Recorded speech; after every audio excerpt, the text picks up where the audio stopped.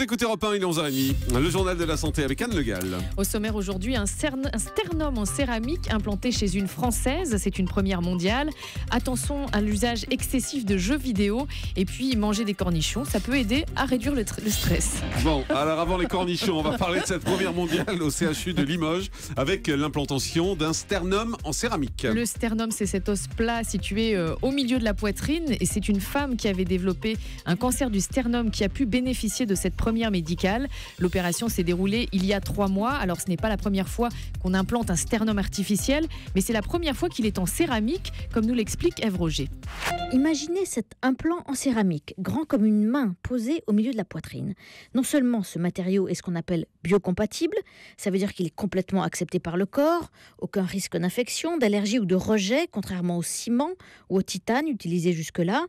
Biocompatible donc, mais aussi poreux, ça veut dire plein de trous. Et c'est François Bertin, le chirurgien thoracique qui a fait l'opération, qui va nous expliquer l'intérêt de tous ces trous. C'est comme une éponge, mais c'est une éponge dure, et il est plein de petits trous qui communiquent tous les uns avec les autres. Et c'est là où les cellules de l'os vont rentrer et coloniser.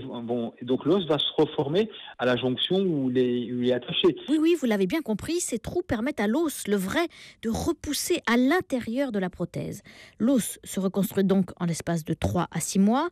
La céramique, elle, ne disparaît pas pour autant, elle s'incorpore à l'os. Et demain, ce matériau spectaculaire pourrait servir à d'autres prothèses, celle du genou par exemple, ou même de la hanche. Ève Roger, chef du service Société d'Europe 1. Le bras de fer se poursuit autour d'un médicament pour traiter la DMLA. La DMLA, c'est la dégénérescence maculaire liée à l'âge, une maladie des yeux qui peut finir par priver les patients de la vue.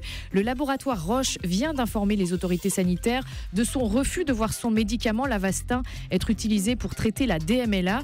Lavastin, c'est un médicament du cancer découvert dans les années 2000. Il présente une efficacité contre cette maladie, mais il coûte beaucoup moins cher que ceux qui sont utilisés actuellement.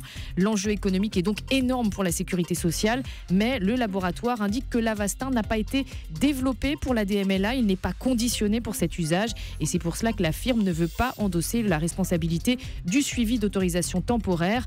Alors en dehors de cette polémique, rappelons qu'une campagne d'information et de dépistage de la DMLA se tient en ce moment en France et jusqu'au 26 juin. Les plus de 55 ans peuvent aller consulter leur ophtalmologiste sur rendez-vous pour un examen de dépistage. Attention à l'usage excessif de jeux vidéo, c'est pas nouveau ça.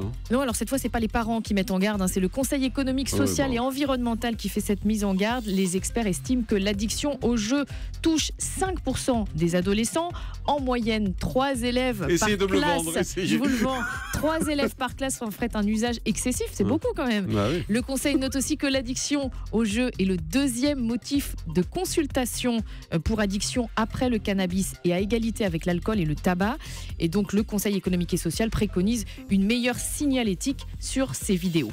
Manger des cornichons, justement, ça peut aider à réduire le stress. Ça, ce sont des chercheurs américains en psychologie qui l'affirment. Il existe un lien entre la consommation d'aliments fermentés du type cornichon, yaourt, choucroute et la réduction de l'anxiété sociale.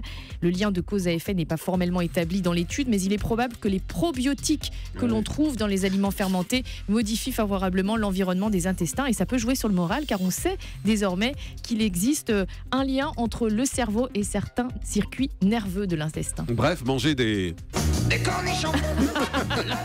Bien joué. Et ben voilà, ça joue sur le moral. Voilà, exactement. Allez, le chiffre du jour, c'est 580. Et ce sont finalement 580 personnes qui sont concernées par les symptômes de gastro-entérite après l'épreuve du Mud Day du week-end dernier dans les Alpes-Maritimes. Dont on a parlé hier. On vous en parlait hier. L'origine de cette épidémie, suite à un parcours sportif où il fallait ramper au sol, reste indéterminée. Mais la bactérie présente dans la boue du parcours pourrait expliquer ces contaminations. On en a 580 personnes. 580, c'est Parce énorme. qu'hier, en début d'émission, on en était à 40, on était passé à plus de 200 et ce matin, 580 personnes. On a bien fait de vous en parler hier, effectivement, parce que c'est un vrai cas inquiétant. Merci beaucoup, Anne Le Gall.